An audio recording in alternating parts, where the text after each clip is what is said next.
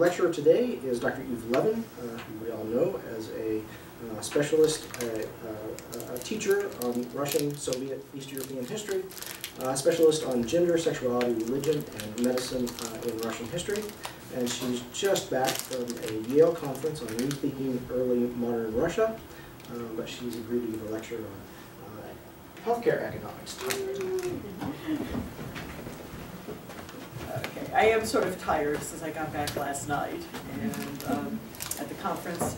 When you get a group of Slavists together, there's a certain amount of drinking that goes on in the evenings, so I'm even more tired than that. So if I'm not entirely coherent, please, take it into account that I'm not quite sure what town I'm in right now or which paper I'm giving. The cost of health care is constantly in the news. We hear about the cost of delivering medical services to the sick, the underfunding of the Veterans Administration, the cost to patients to consult different types of medical providers, and the cost of drugs. We think of these as quintessentially modern problems. But these issues have a history, not only in the United States, but in other countries around the world. This history dates back not only to the 20th century, but to much earlier periods. However, the economic side of healthcare has not much been studied in the pre-modern world. As part of a larger study on illness and healing in 17th century Russia, I've looked into the economics of healthcare. I've discovered a story that's surprisingly modern in many of its characteristics. That's because the Muscovite government established in the 17th century the world's first state-run centralized healthcare system. I'm going to have trouble with this too. Okay. This was the Aptekersky Prikaz, or pharmacy chancellery. That was the 17th century equivalent of a Ministry of Health. It provided medical care to the imperial family, their household, the court, and the army.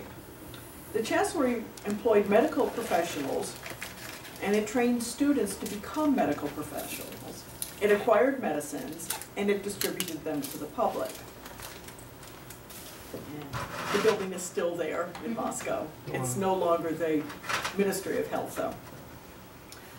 I'm not the first scholar to study the pharmacy chancellery, but I'm the first to look closely at the financial side of its operations. Only a small portion of the documents of the chancellery have actually survived, but many of the documents that have survived concern money. Before talking about the healthcare costs in 17th century Russia, I need to explain a little bit about the monetary system.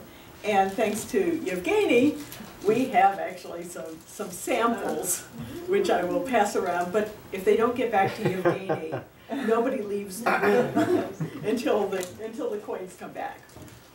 Anyway, as today, the primary currency unit was the ruble. And you've got these are reproductions, I understand, rather than the original ones. I don't have a couple of $1 million to spend on that. Yes, okay, the ruble. Unlike today, the ruble was subdivided into 200 yengi, and there was an intermediate monetary unit called the altin worth 6 yengi. In addition, coins could literally be cut up. So when they talk about half a ruble or a quarter of a ruble, that's what they have. And you can even have half a yenga too. So the coins are literally cut in half. And this was actually quite common. You probably know the English rhyme, 2 bits, 4 bits, 6 bits, $1. Yeah? The bits are bits of a coin. So this was quite normal. Other coins also circulated. We've got another one. What they used to do, you can see, is they used to take foreign coins and just stamp them because it was easier than reminting them. And there was also a grivna that was used mostly in Western Russia. There's a kopeck, which eventually replaced the yengi. And I'm not the expert on this. We'll get Yevgeny to give a presentation someday about the coins. But I'm going to stick to mostly to rubles, altin, and yengi today, because those are the units that are used for the most part in the record keeping. It's important to remember, however, that 17th century Russia was a cash-poor state. We think of Russia having huge quantities of precious metals, mostly from Siberia. And although they had expanded into Siberia by this period, they were not yet mining the precious metals there. So Muscovy does not have a lot of cash to spare. And that has a lot to do with how the finances of the pharmacy chancellery and any branch of the Muscovite government works. So that's actually what the inside plan looked like. I haven't actually deciphered what all those little things say. We have a fairly complete account book for the year 189. Now, 189 is short for 7,189, which is using the Byzantine Greek calendar that starts from the putative date of creation.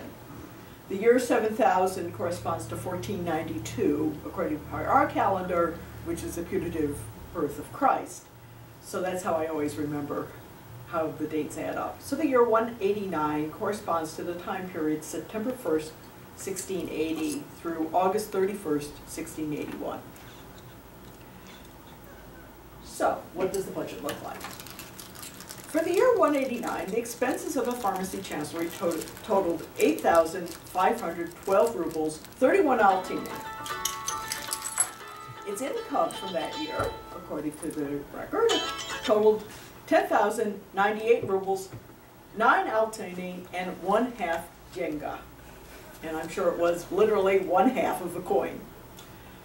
So it appeared that the chancellery was operating in the black, taking in more money than it spent by nearly 1,586 rubles. But the Muscovite government operated on a cash basis, and the supposed balance based on the accounts was compared with the actual money on hand in the chancellery treasury, which was apparently a large box. I mean, Evgeny, maybe you know what they kept this in? No, I think it was a large box, probably with a lock. The treasury actually contained only 1,580 rubles, 20 altini, and 2.5 yenge. So the accountant, Timofey Postnikov, had to explain where the missing 5+ rubles had gone. He attributed the discrepancy to the large number of transactions that had gone through the treasury, a few of which he had forgotten to record. He apparently did not get fired or prosecuted for any of this. What did the chancellery spend its money on? One large expenditure in May 1681 was a transfer of 1,600 rubles to the Great Palace Chancellery, probably to help out with the cash flow problem there. Moving cash from one unit to another to prevent overdrafts has long been a popular stopgap measure among bureaucracies, and I think they still use it in Topeka. So, the name pharmacy chancellery implies pharmacy, drugs, and in fact, one of the major things for which they spent their money was to obtain medicines, particularly medicines produced in the West. There was a global market in medicines by this period, including medicines coming from America and from the Far East. So there was a lot of money that could be spent on medicines. In the year 189, the chancellor spent 867 rubles, 27 altini, on the purchase of medicines from abroad. Chancellery personnel had compiled a list of needed items, and the foreign merchant Adolf Gutmann purchased and delivered them. Such purchases did not necessarily occur every year, although most years they seem to have happened. Occasionally foreign merchants brought products to Moscow in hopes of selling them. Several times, German merchants brought unicorn horns, reputed to be effective in forestalling all types of illness, including the plague. In case you're wondering, they did know that there was no such thing as a unicorn. Oh. There's actually some discussion about where they come from. One explanation that comes from an animal native to India. Another is that it comes from a sea creature, a narwhal, from the coasts of America. So they are bringing in these medicines from very great distances. So several times the Muscovite leaders actually agreed to buy the unicorn horn, paying astronomical prices. 5,000 rubles for 2 large horns in 1654, the year of a major outbreak of the plague. In 1658, they bought another unicorn horn for 900 rubles. I wonder if they're on anymore. This is a lot of money. Some medicines were purchased locally. So, for example, in 1680, the Chancellery spent 55 rubles on medicinal herbs and supplies, and an additional 21 rubles 33 altini for other medicinal items, including the makings for marzipan. Marzipan at that time was a medicine. Yes. And I think, you know, medicinal marzipan is always welcome, especially chocolate-covered medicinal marzipan. And this is for my graduate students to know, for future reference. Some people, you know, find it disgusting. I'm not one of them.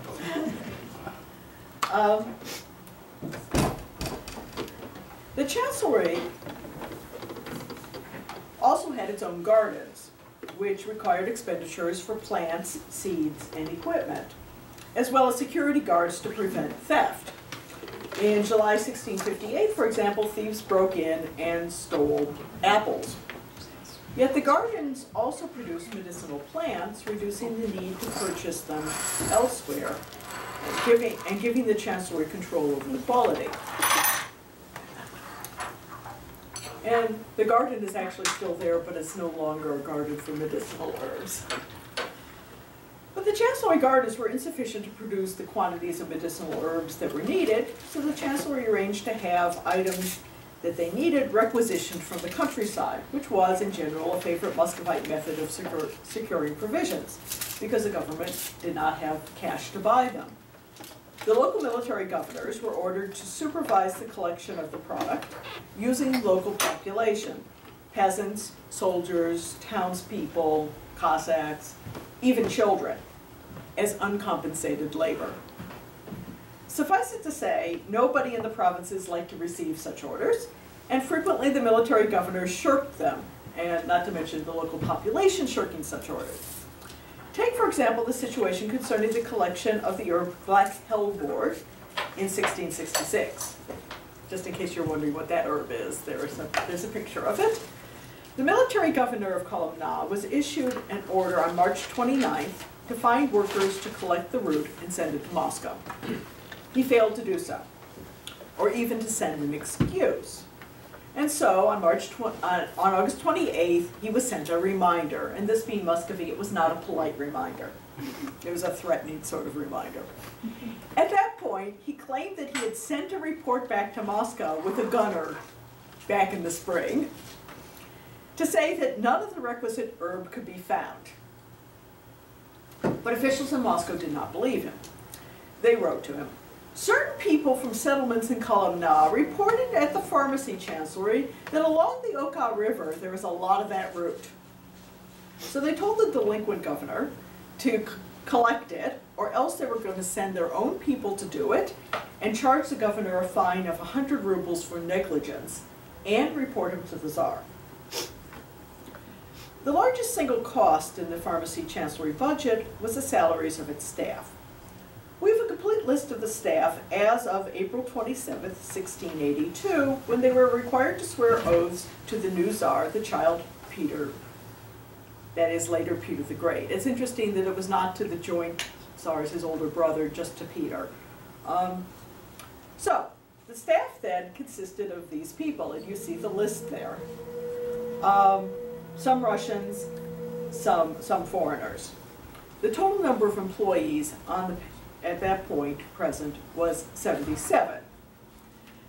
But this number of 77 actually considerably underestimates the actual number of medical professionals associated with the Chancellery, because many of the additional staff members had been assigned to other locations. The satellite offices in other towns, such as Kazan, or accompanying army units wherever they were operating in the field, or accompanying diplomatic parties. The Chancellery did not like to be responsible for paying persons who were physically outside of Moscow, due to the difficulty of getting cash to them in distant locales. They also did not like family members of the employees to pick up salary money in Moscow for them because of the questions and the disputes that arose as a result. The Chancellery did not like to pay employees in advance lest they abscond with the money. And in fact, that's what happened in the case of Sergei Vavilov, because he received 12 rubles of advance pay in 1671 prior to being deployed to Penza. But Vavilov delayed leaving Moscow for 4 months, and he frittered away the money on food and especially on drink. And then he ran away.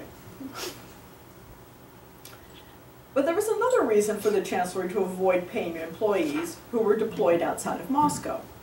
If the Chancellery could get the employees off their payroll and onto somebody else's payroll, that is, the payroll of the governor of Kazan, for example, or the commanding officer of a military unit, so much the better. That was money that the Chancellery did not need to scrounge up when it came time to pay the staff. The salaries were the largest expenditure in the Chancellery budget, amounting to over 80% of the budget in most years. Employees' compensation actually consisted of 2 separate parts, a salary and a living stipend. The two were set independently, based on comparisons with prior employees with similar job titles and ethnic background. Among the foreign medical professionals, it was the doctors who commanded the highest salaries. So, this is summary of the 1672 pay list. We have pay lists only for certain periods. In the 1672 pay list, 3 foreign physicians, all Germans, received over 50% of the total salary money that was disbursed. 85% of the salary money went to 16 foreign employees, while 15% of the salary money went to 34 Russians. The administrative staff, the clerks and the secretary, received only about 4% of the total budget. And the guards and the stokers received very low pay. The boyar in charge of the Chancellery did not receive a salary through the Chancellery at all, although he had many other sources of income. So the administrative overhead costs were relatively low. The lower paid employees, of course, wanted more money, and so they asked for raises incessantly. They made their case 2 ways, either pointing to higher paid colleagues or claiming desperate poverty. Some of them were successful. You can see, for example, the case of Artemy Lazarov, a Lithuanian employee. He began his career at the Pharmacy Chancellery as a student in 1655, receiving only a living stipend of 2.5 rubles per month. This was, in fact, quite a generous living stipend, probably due to the fact that he's a foreigner. Russians received much, much less. In 1659, he was promoted to the rank of medic lekar, that's sometimes translated as surgeon, but this is not really the equivalent of a Western surgeon. And he started earning real money. And you can see that his salary went up quite a bit because he's constantly begging for more money. So in 5 years, Nazarov's compensation had more than doubled. In addition, he was able to obtain a living stipend for various of his family members who he brought from Lithuania, his parents and 5 nephews who joined him in 1662. After that, the rate of increase slowed, so that in 1681, the next time I have evidence for him, he was earning only 180 rubles. That is only 9% more than he had earned 19 years earlier. And Nazarov was, in fact, particularly successful in negotiating higher wages, probably because he knew how to word his petitions in the right way. The employees did not necessarily receive their promised compensation on anything close to schedule. From the point of view of the Muscovite government, the staff of the Chancellery performed their duties because the Tsar had ordered them to do so, not because he had promised them payment. The pay they received was technically a grant, and the Tsar bestowed that upon them out of generosity. This attitude meant that the staff received their pay when the Chancellery was able to scrape together the cash to disperse. And I'll tell you a little bit more about that later. And quite often, this was weeks or months late. Occasionally, employees were accidentally left off the pay list, and they had to file a special petition in order to get paid at all. Dr. Andreas Engelhart, for example, did not receive the pay he expected in 1657. Probably was expecting it in March because that was the customary time for pay to give the employees their money before the Easter holiday. By July, Dr. Engelhart had become so frustrated that he filed a petition with the Tsar against the Chancellery Secretary, Ivan Desyatova. And the petition read in the Russian version, it survives only in the Russian. It says, "Sovereign, he delays day to day, and sovereign, my other brother doctors and all the medics were given their annual salary and monthly stipend, but he does not give mine to me. It is unknown for what reason." That complaint, at least, prompted the payment of Dr. Engelhart's overdue wages. But in the early 1660s, it happened again. Dr. Engelhart took advantage of the occasion to write a report for Tsar Alexei on the health implications of a comet sighting. And as part of this report, he reminded the Tsar that his wages were several months overdue. The delays in payment that Dr. Engelhart experienced were not rare. The Pharmacy Chancellery struggled to meet its payroll more often than not. Why did that happen? If the Chancellery ended the fiscal year, as it did the year 189, in the black, why were they short of money to meet the payroll? We need to look at the income side of the equation. Where did the Pharmacy Chancellery get its money? Not from the patients. The medical professionals treated the patients free of charge for the patients. The patients were receiving this medical treatment as a grant of largesse from the Tsar. So you have examples of orders that were given to the Pharmacy Chancellery to treat patients. Pre-modern Russians held a deep-seated belief that it was immoral for patients to be required to pay to have their physical suffering alleviated. So the establishment of a government office to provide health care free of charge had a moral basis. And of course there was a pragmatic basis as well. Government employees and government-controlled medicines were less likely to be used to poison or bewitch patients. The only source of income for the Pharmacy Chancellery came from the sales of medicines from its apteka. Private patients were permitted to come and buy medicines, and they did not need a doctor's prescription to do so. In 1672, the Chancellery set up the so-called New Pharmacy, specifically designed to sell medicines and medical equipment to the public. Items retailed there for 2 to 3 times their cost to the Chancellery, thus creating a profit. In the year 189, the sales of medicines and spirits, that is, vodka-based herbal tinctures, totaled 2,842 rubles. Most of those sales went to merchants who intended to resell the items elsewhere. So the merchant Adolf Gutmann, the same man who bought the goods for the Chancellery in the first place, bought back 111 rubles worth of medicines in order to resell them. The Russian medic Vasily Shilov also bought a large amount of medicines. He bought 70 rubles worth of rhubarb, which was then considered to be a rare and exotic medicinal plant. But 2,842 rubles does not come close to covering the expenses of the Pharmacy Chancellery. So where did they get the rest of the money? The Pharmacy Chancellery received 2 large transfers of cash from the Great Treasury Chancellery. The first of 1,503 rubles in March, and the second of 2,000 rubles shortly before the end of the fiscal year in August. The Chancellery had carried over from the previous year 3,752 rubles. So you can see what's going on there. it looks like they're receiving, well, it looks like my number is 10,097 rubles. That's because I did not include the change. Trying to deal with adding Altini and Dangi is really annoying. But it adds up correctly. But let's look at the actual budget.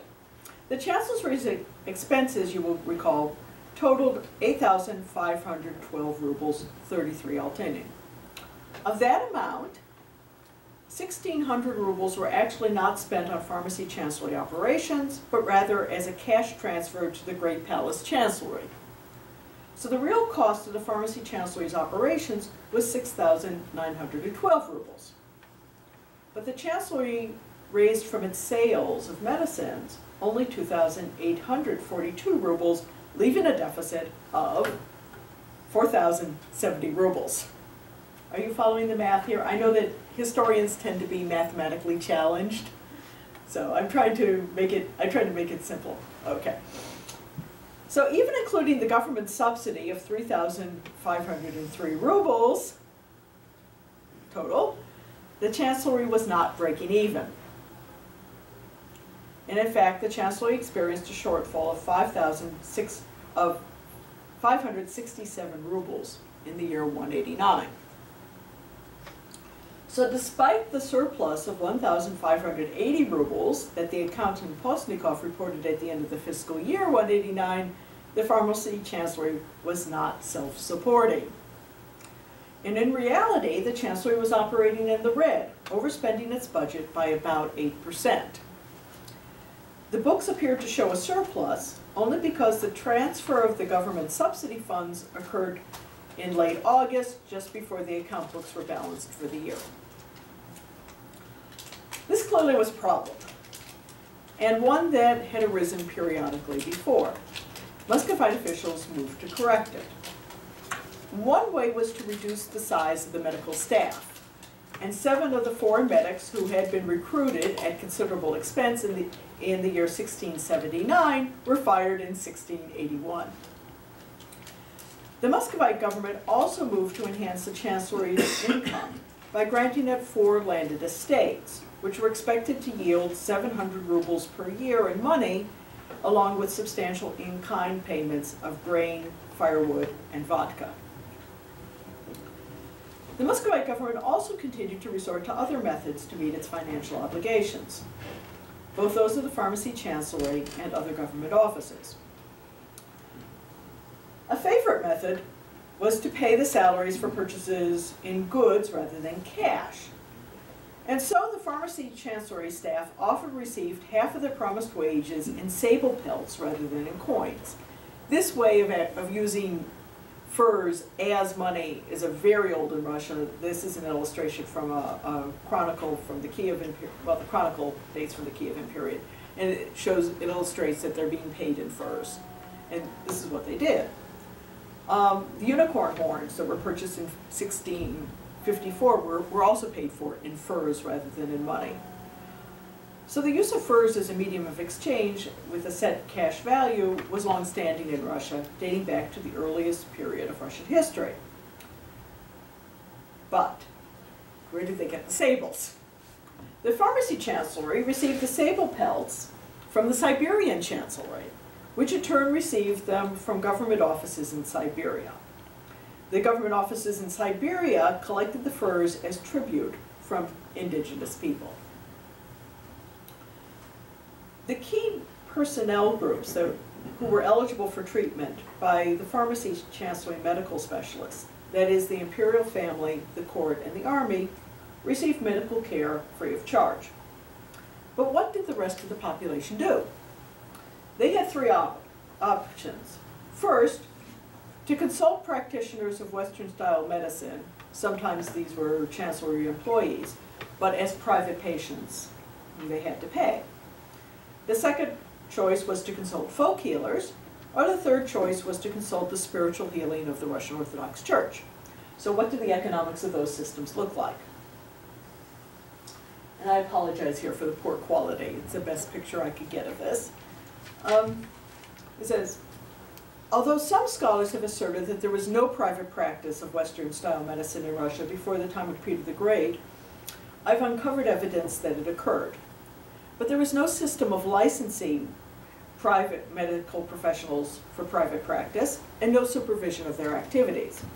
So we have records only in the rare cases that came to the attention of the Muscovite government.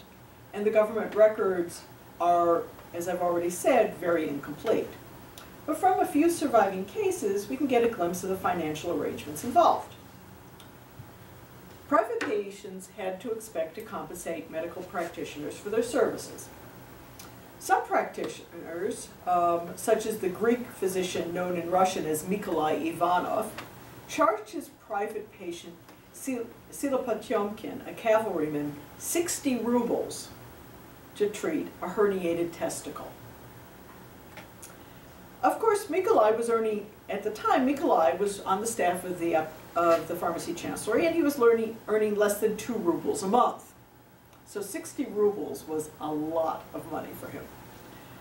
And that was according to the 1674 pay list, so at the same time. Nikolai received a third of his fee from Silo in advance, with the balance due upon conclusion of the treatment. However, Silo turned out to be dissatisfied with the medical outcome, because Nikolai cured the condition by excising the herniated testicle. And Silo, who had specified that he didn't want any cutting or any hexes, refused to pay the balance. Nikolai sued him for non-payment. And as usual in these sorts of cases, it was whichever government office had authority over one of the people got to hear the case. This case was heard in the pharmacy chancellery court, and the pharmacy chancellery ruled in Nikolai's favor, and Silo was ordered to pay the remaining 40 rubles. So clearly, some practitioners of Western-style medicine could earn a handsome living in private practice. And there are a number of other cases of medical professionals who lived off their earnings for years. But the income could not have been too great or too reliable, because some of these medical professionals in private practice then came to the pharmacy chancellery and requested employment to be put on the payroll there. A guaranteed salary, even if it wasn't always paid on schedule, seems to have been preferable to seeking out paying patients. And many of the practitioners of Western-style medicine did not get paid as lavishly as Dr. Nikolai. Another Greek physician, known only by the Russian name Dmitry Solunsky, that is Demetrius of Thessaloniki, received payment from his patient in goods, clothing, wine, and household supplies. In that way, Dmitry was not violating the moral principle of demanding money in exchange for alleviating a fellow human being's suffering. In the folk healing system, the economic bases are even more shadowy, because such cases came to the attention of the Muscovite government primarily when someone accused the healer of witchcraft. There we've got the witches in hell. You notice that they're both male and female witches here. A lot of Russian witches were masculine. So, the use of magic, even for good purposes, was forbidden under Muscovite law, and it was prosecuted vigorously in the cases that came to the attention of the authorities. So folk healers usually had a day job. They didn't call themselves healers.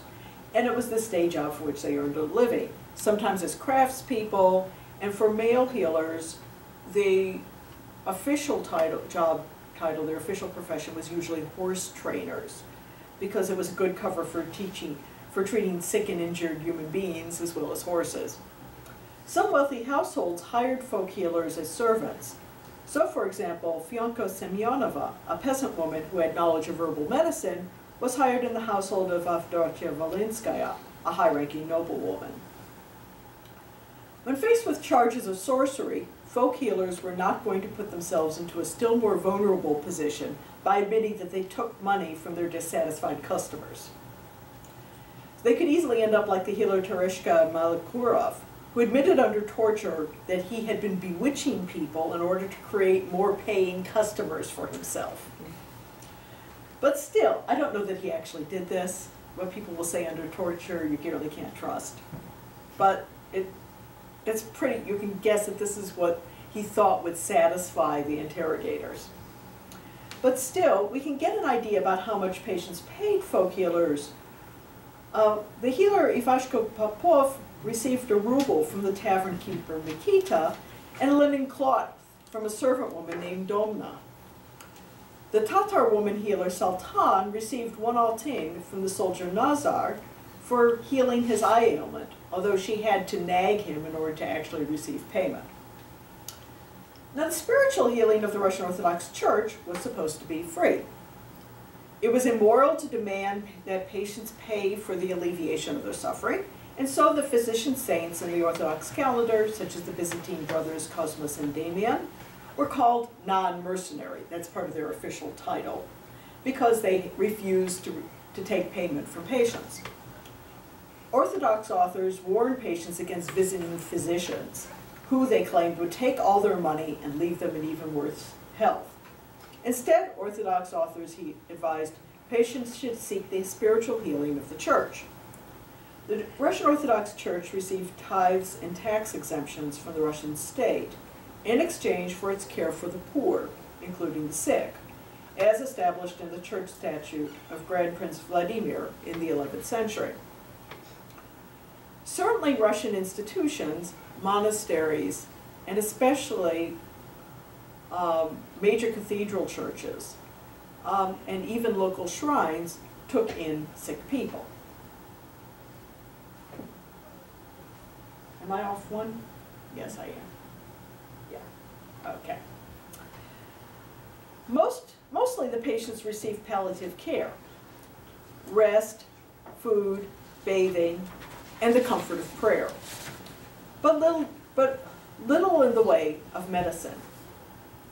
And in theory, they owed only gratitude to God and the patron saints of the institutions they visited in return for the care they received.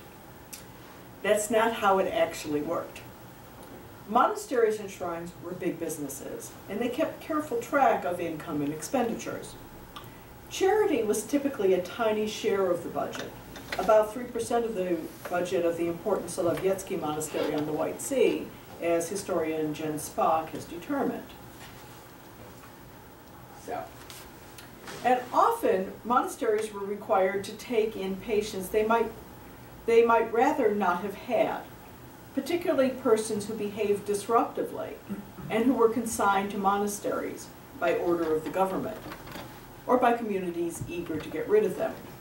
So, for example, when the judge Nikifor Ozhogin became abusive and violent in July 1683, the military governor of Novgorod and the metropolitan of the Russian Orthodox Church, based in Novgorod, a person whom Ozhogin had attacked physically, arranged to have him arrested and consigned to the Antoniev Monastery. At the monastery, the monks literally beat him into submission. Understandably, monasteries did not like having to take in such patients. So in 1694, the military governor of Belgorod could not find a monastery willing to accept a prisoner. One monastery said that they were too poor, another monastery said they were too crowded. The military governor of Belgorod wrote to Moscow and said, "Now what do I do?" Most patients were not as difficult as Ozhogin, but even so, the monasteries and shrines that provided spiritual services as well as hospitality expected to receive tangible compensation for the extensive amount of time some of the patients stayed, which was weeks or even months. Simple courtesy required that pilgrims to the shrines arrive with gifts for the saints' community if they hoped to receive the favor of healing. So, when a man, Khariton, arrived at the shrine of St. Prokopius Stursky's icon at Solovechka-Gorsk, the monk at the gate told him this: "Go to the priest who is in charge of the service. Give him what you are able for the church service, and go to the church and stand in front of the miracle-working icon of St. Prokopi." So he had to pay in advance. Patients who actually received healing were expected to show their gratitude at a considerably higher level. Wealthy patients paid a lot. A secretary, and this is secretary in, as you know, sort of what we mean by like Secretary of State, not like office secretary at KU. The secretary from Moscow, Ivan Bolotnikov, originally gave only a few silver coins to the Pertominsky monastery in thanks for the prayers for healing he had received there. The Pertominsky saints, Vasya and Yona, or at least the monks who claimed to speak for them, were dissatisfied by this donation. So when Bolotnikov came back, accompanied by a sick kinsman, the monks convinced him that he needed to be more generous. Bolotnikov donated 20 grivny for the building of a church, along with a church service book. Less wealthy patients donated too, but smaller amounts or in kind. A military officer who recovered from a sore throat at the shrine of St. Makary Kalinsky donated funds for 3 days' worth of meals for the monks. A peasant gave beeswax to the shrine of St. Nikandr Pskovsky. People who were truly impoverished, possessing neither money nor goods that the clergy at the shrine might want, paid with labor. A year or two of unpaid labor for the shrine of the monastery was the going rate for the healing of a chronic disease. The value of that labor was probably equal to several rubles, making Orthodox healing not so inexpensive after all. What conclusions can we draw? Even in the 17th century, the economics of healthcare were complicated. For patients faced with physical discomfort and perhaps looming death, we see looming death there. Yeah, it's nuts. In the left-hand corner, what's that? The demon? That's a demon waiting for his soul. There are angels waiting for his soul. And there's death with his basket of torture implements. And the poor patient there saying, ah! For patients faced with looming death, the primary concern was probably not money, but rather how they could get well most expeditiously. For patients who had access to the government medical system, this was the cheapest option because the care was free. However, except for the imperial family and their immediate circle and the military servitors on duty, accessing the pharmacy chancellery's specialists required a written petition to the Tsar. Folk healers were easier to find and less expensive than Western-style medical providers in private practice. But patients ran the risk of getting sucked into witchcraft investigations, which would place them in mortal danger, because it was also against the law not only to provide magical healing, but also to seek out magical healing. The Orthodox Church's system, which was in theory free, or at least prepaid by the Russian state's tithes, in fact was quite expensive for patients who were expected to donate generously. For the healthcare providers, the finances were problematical too. Church institutions had to accept even patients who did not pay, especially the most difficult and disruptive ones, and the patients often stayed for extended periods, draining food supplies and taking up the clergy's time and energy.